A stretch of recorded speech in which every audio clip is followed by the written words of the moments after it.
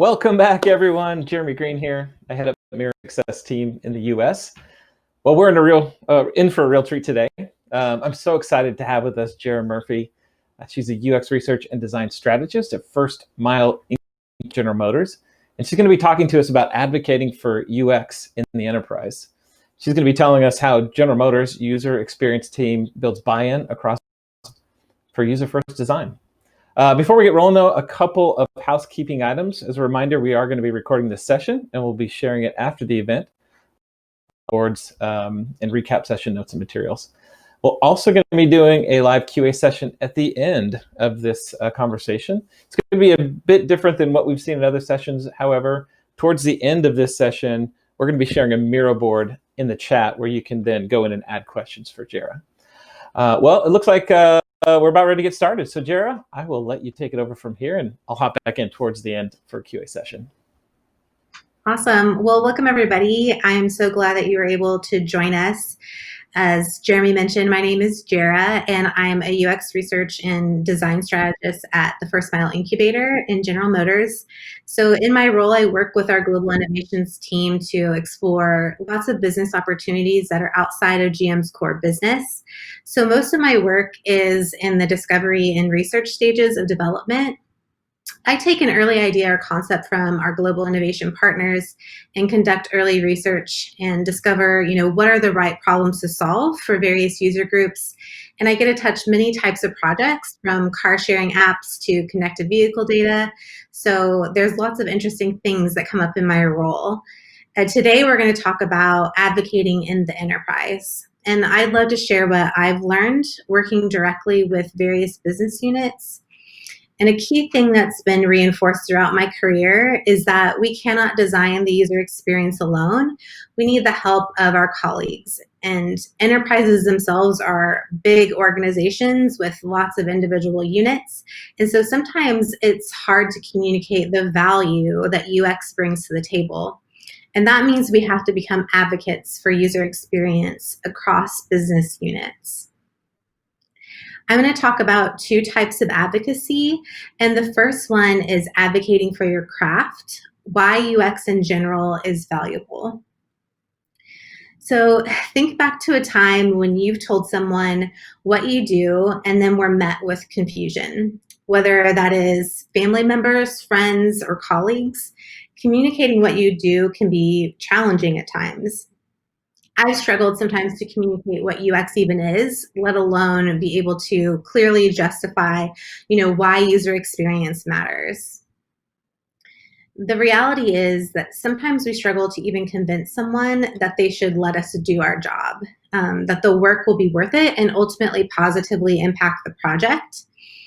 And these are just a couple of clips my colleague and I came across that have worked really well for conveying the different approaches we were going to take to solve a problem and the different roles on our team. It was very helpful for talking with business folks to advocate for the time needed to fundamentally understand our users. We were also in a situation with that particular product where our users were using the products in ways we hadn't anticipated. Much like these kiddos, our users had found workarounds and different use cases, and our current product just did not support those well at all. And it's very common for a team to think, we don't need to research. We know our users. We are the subject matter experts here. But a mantra that I adopt and advocate for our team is that you are not your user, even when you are. So even if you use the product, you inherently come to the table with biases because you're connected to the product. So if you just struggle to describe what you do in your role, take some time to think through how you can describe and tell that story. One website that I love is youhadonejob.com, and if you're a UX designer, it will totally crack you up. So go check it out. It might be helpful for you to prepare an elevator pitch. If you only have the time that it takes to ride on an elevator with someone, how could you succinctly and effectively describe what you do and why? UXPA is a great resource and outlines some of the why. So use that to inspire you, but take the time to just think out how you would convey what you do. Being a UX advocate often means that we're advocating for change, and change is uncomfortable. GM is in a transition towards user-centered design, and that transition itself can be painful. This chart is taken from Nielsen Norman Group, and it outlines the various stages of maturity on the journey to become user-centered. This effort can be especially hard in enterprises that are entrenched in old ways of thought, where change happens slowly and you simply just have many more people you need to get buy-in from. So if you're in an organization where you are in the early stages of UX maturity, then you must become an advocate. You need to shift your approach. Maybe you need to be an educator first and an implementer second, and approach it that way. One of the best ways to communicate what you do is to invite others into the process. Bring your internal SMEs, the key contributors and influencers for the project, so that together you can use your expertise to create a better user experience. And they will learn through that participatory experience. And I found that to be the most effective path to buy-in. As designers, we use the word empathy a lot, maybe too much, but often we apply empathy to our users and fail when it comes to empathizing with other team members. As we get buried in the day-to-day of our work, we overlook providing the opportunities for our colleagues across business units to walk a mile in our users' shoes. Make those opportunities available for your team to internalize the research and discovery through these shared experiences, and there's lots of examples on the screen. Throwing a persona or user journey at someone or posting it in the office will not produce the same results as shared problem solving. These images are an example of a recent success we had at GM. Due to the pandemic, all of our research had to be moved to remote environments, and we were dealing with really sensitive data. So our legal team said that we could not record any of the sessions. So that was another constraint.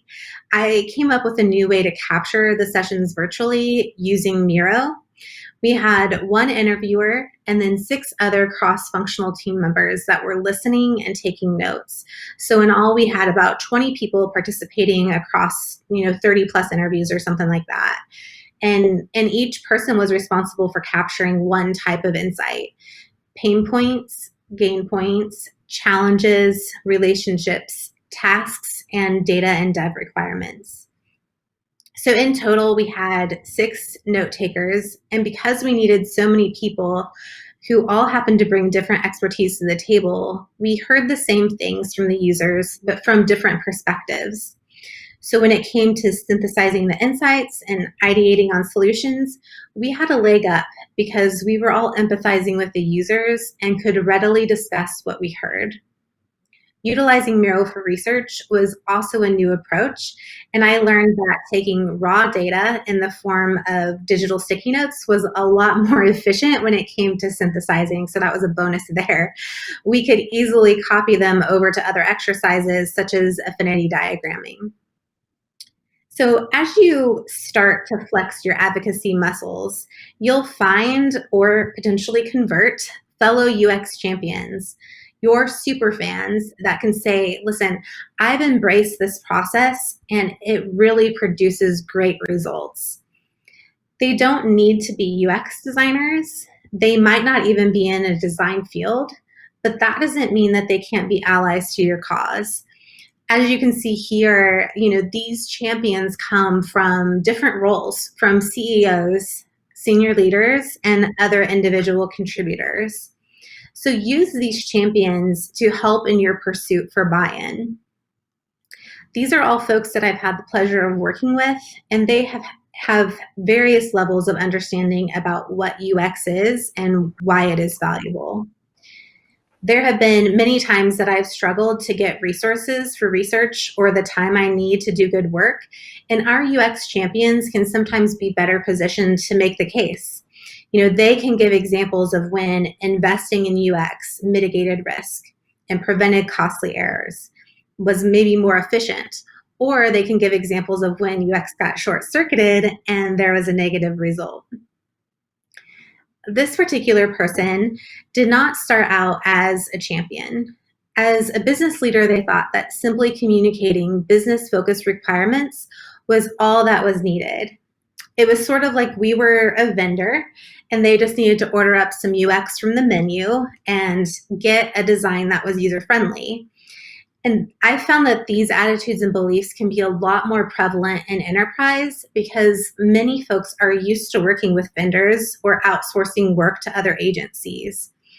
GM in recent years has made a decision that we want to bring all development work, really all of our work in-house, where previously we were leveraging agencies as a rule of thumb. So as a relatively new design team, we came across these attitudes and beliefs a lot. Participating in the process, convincing people that they should participate, was really what we needed. And after participating, they get it more. They start to understand and evolve into another UX champion. And this is huge. To have senior leadership start to value and prioritize UX is such a win for teams. Another type of advocacy is advocating for the work, the insights that are produced from our activities. Have you ever done a lot of research and discovery only to have it fizzle out or vaporize? Or even had difficulty translating that into action? UX designers love sticky notes. In fact, we should probably all invest in 3M or Post-it. And I think later this afternoon, they even have someone from 3M, so get your money in. But I've often had a mess of sticky notes that make sense to me, but no one else. And so a critical skill to develop is synthesis, and then being able to communicate the insights from that synthesis. When advocating for insights, you need to know your audience. We have to learn to speak the language and heartbeat of others. In the same way that you need to learn your users' attitudes and beliefs, you need to know who it is that you're talking to, where they're at in their understanding of UX, and what information impacts what they do and why they should care about it. So here's just a few examples of people that we encounter in our process. It's by no means exhaustive, but just some examples of different ways you might want to talk to different people on your teams. Our business folks, they want to know what the insights tell us about opportunities to deliver for our users or to enter new markets. How could we package a product or solve problems for previously undiscovered user groups? They might want suggestions on tweaks in the experience that could help achieve a better product market fit. For our data science partners, they're really crucial in understanding the right problem to solve or what to solve first. Together, you can look at where pain points align with the value that can be provided to the user through data. There's also the sales and marketing group. This group is often ignored, but can be a treasure trove of knowledge. In some companies, the sales team is the team most frequently interacting with real users. They understand why someone is or isn't buying. They also get an earful when customers are not happy. It's very rarely us, it's them. And they can help discover UX issues and opportunities to enhance the experience. Your CSM team, might be the best path in recruiting users as well. They can connect you with the right users that represent, different skill levels, attitudes, and various use cases. Sales and marketing folks are also, they greatly benefit from the research and discovery that the UX team does. So foster that relationship and feedback loop. And then we have our developers and architects. And I've worked on several products where I've been able to sit down with an architect and explain, why the underlying structure is producing a barrier or missing an opportunity for integration, and then watch them come up with truly innovative solutions. So find out the best way for you to communicate with your developers to help them visualize the problem and the approach. User flows are really great, and taking the step to connect those flows to sketches and personas is really valuable. walk them through the user flow so they can understand your thought process, and really work on fostering a reciprocal relationship with your developers. You might say, hey, this is what I've come up with. What do you think? Does it work with our tech stack? Is there another approach? You can also show them footage of testing, or better yet, invite them into those test sessions. Seeing a customer struggle with a task is one of the most effective ways that we can get other team members, especially developers, on board with making some changes or shifting around priorities. So once you've understood your audience, think about what information would be important to them and show your work. Showing your work can build buy-in and trust. You aren't just recommending something on a whim or on your own opinion, but because you've taken the time to thoughtfully work the problem. These screenshots are an example of working with our marketing and product team on the information architecture on a new site. So we were going over what content was resonating with users and why. We were working at the time on a car sharing app and found that fundamentally one of the problems with user experience was because our users were super confused about what car sharing even was. Is car sharing the same as ride sharing? Is it a short-term rental? What is this term? And so we came up with a way to test the content and actually trained our marketing and product teams on how to conduct the test and put together these testing packets, and allowed our team members to actually do some of the research on their own. Then we did a series of workshops where together we evaluated the results and figured out, the best way to structure the site. However, when we pitched the new design to our senior leadership, it was not at all what they were expecting. It was a radically new approach. So we were able to then go back to the work that we had done, walk them through that process that we did to come up with the concept, and showing the work in that situation really allowed us to get buy-in from some crucial stakeholders. There are also opportunities to build buy-in through effective storytelling. There are a couple of types of stories I tell: the story of the user and the story of the UX journey. Before you embark on a UX activity, really think about the best way to tell the story of the user. We tend to find just a few UX activities and artifacts that we rely on and know well, such as personas and customer journeys and flows. But consider if those old favorites are an effective way to tell the story. This is a canvas that I created in Miro that we utilize while planning research activities. And we consider, what do I want to know? Why do I want to know it? And how will I do it? And using this canvas really allows the why to guide our decision-making on what activities will be effective. My particular work also involves a lot of products and services that require designing for complex data problems. When I was working for a data and analytics company called Zilliant, I found that the story I really needed to tell was the story of the data in relationship to the user and what they wanted to do with that data. Data and communication had a huge impact on the design, and the methods in my toolkit really failed to illustrate those relationships. So I came up with this activity, which I call the relationship landscape. It shows how data and information is flowing between different personas and visualizes the pain points associated with that experience. It can also effectively illustrate the gaps in your product offerings. And then when I came to GM and started working on another data product, that relationship landscape was, again, a way to communicate this process for designing for complexity. I also had to come up with a way to tell the story of the data ecosystem in particular, so I worked with the data scientists to come up with a way to tell that story. Our data had to interact with other data to provide value to the user. And there were many types of data and companies providing data that we needed to understand where our data existed in the ecosystem and how we should position our product. Effective storytelling puts these two advocacy principles into account. So knowing your audience and telling a story.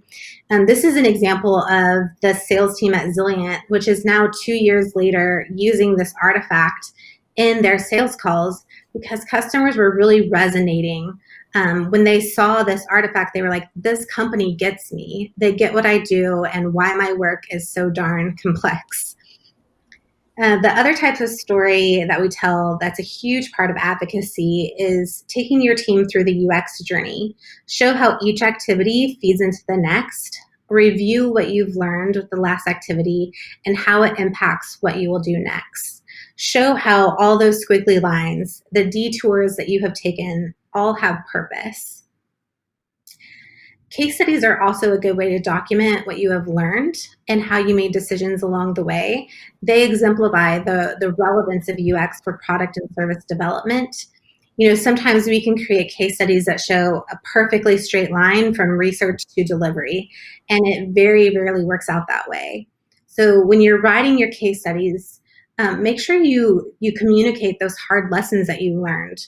How could you have done something different before that would have prevented costly errors or maybe produced more efficiency or delivered more for your users? One of the things I love most about Miro is the ability to do several activities in one infinite canvas. It aids in collaboration, but also brings the team members through the journey and kind of sets up what we're going to do next.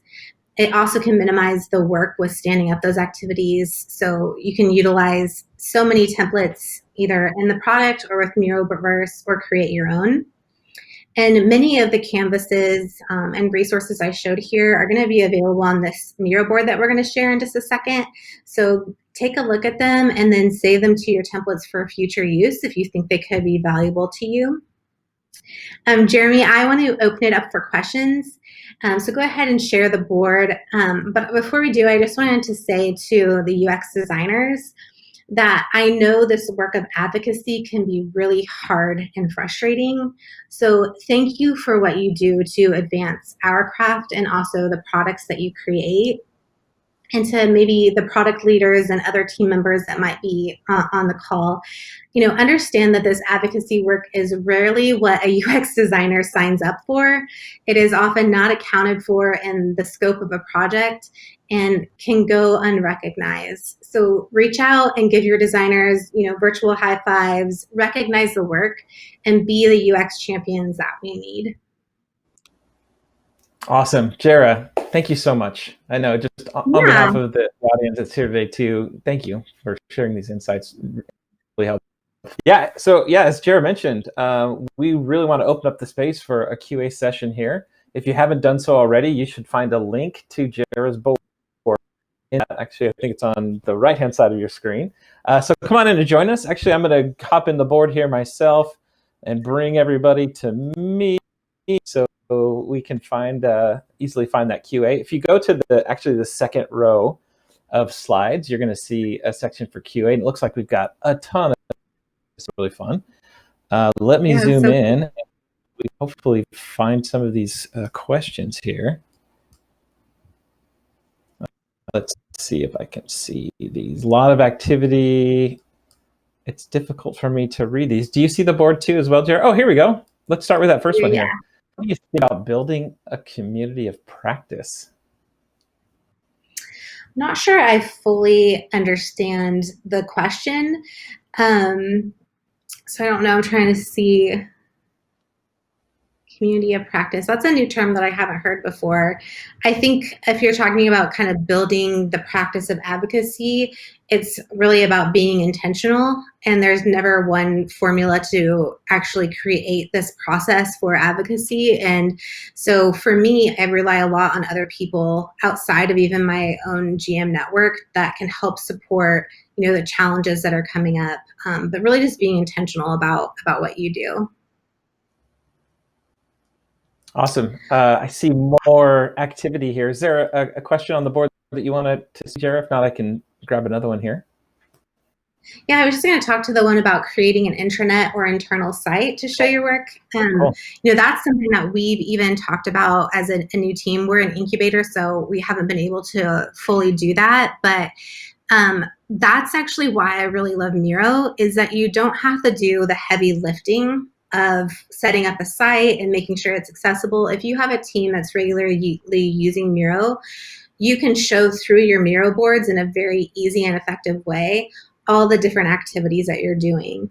Being able to post case studies to outside sources would also be a huge benefit. So if you have access to doing that, just find the mode that's easiest for you to communicate what you do.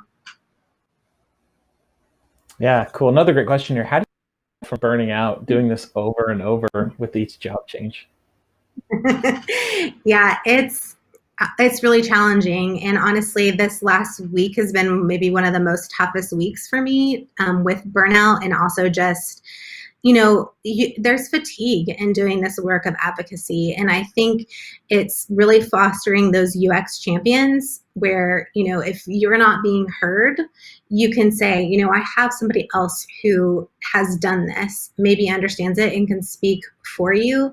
And the other thing is really build your network of designers. Reach outside your company so that you have people that can say, I've come across this barrier, either just to vent or to be able to share common experiences, because this is so common across all companies. Yeah, there's another question here that might be related to burnout. A lot of folks are asking, how do you deal with politics inside the enterprise? Well, I would say that is a very common thing and it happens a lot. But as UX designers, we're uniquely positioned to have data that supports our work. We don't have that personal opinion, or at least we shouldn't, where we're injecting our thoughts on it. It's really just saying, here's our findings, here's what we recommend for the users, and just stay out of those political games, because it doesn't help the product.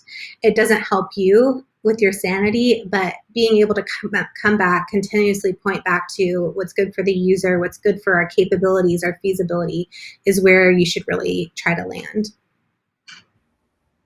Awesome. Another question that's getting a lot of upvotes. So UX is new to the company. How do you get product to allow you to research when they want to control everything?